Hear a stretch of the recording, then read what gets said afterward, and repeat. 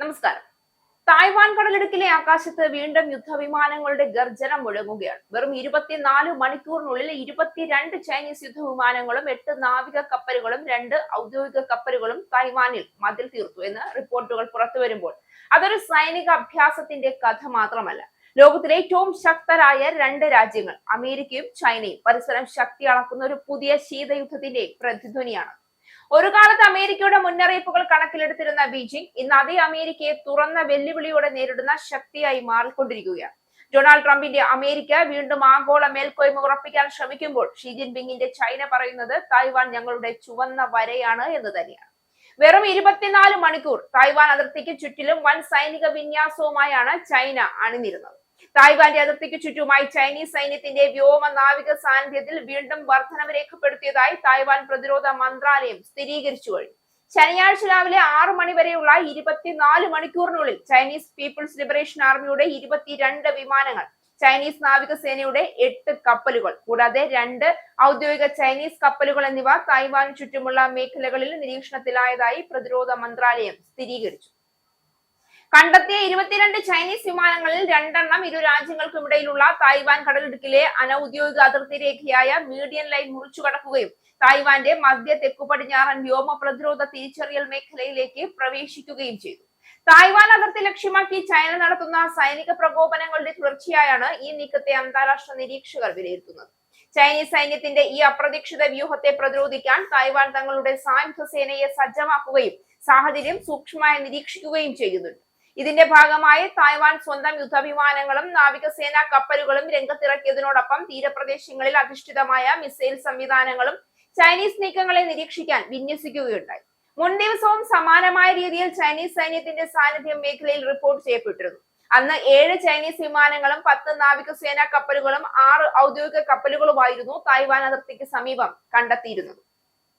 ഇതിൽ 5 വിമാനങ്ങൾ തായ്വാന്റെ തെക്കു പടിഞ്ഞാറൻ വ്യോമ പ്രതിരോധ മേഖലയിലേക്ക് കടന്നുകയറിയിരുന്നു. മേഖലയിൽ ചൈന തങ്ങളുടെ സൈനിക അപ്രമാദിത്യം ശക്തമാക്കുന്ന പശ്ചാത്തലത്തിൽ തായ്വാൻ തദ്ദേശീയമായി നിർമ്മിച്ച തങ്ങളുടെ ആദ്യത്തെ അന്തർവാഹിനിയുടെ കടൽ പരീക്ഷണങ്ങൾ കഴിഞ്ഞ ദിവസങ്ങളിൽ വിജയകരമായി നടത്തിയിരുന്നു.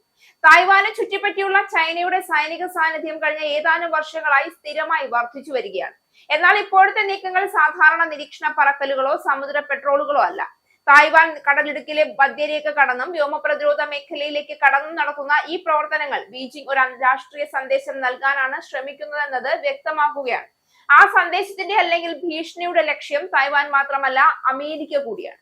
തായ്വാനുമായി കൂടുതൽ പ്രതിരോധ സഹകരണവും ആയുധ വിൽപ്പനയും തുടരാൻ ട്രംപ് ഭരണകൂടം തയ്യാറെടുക്കുന്നതായാണ് റിപ്പോർട്ടുകൾ.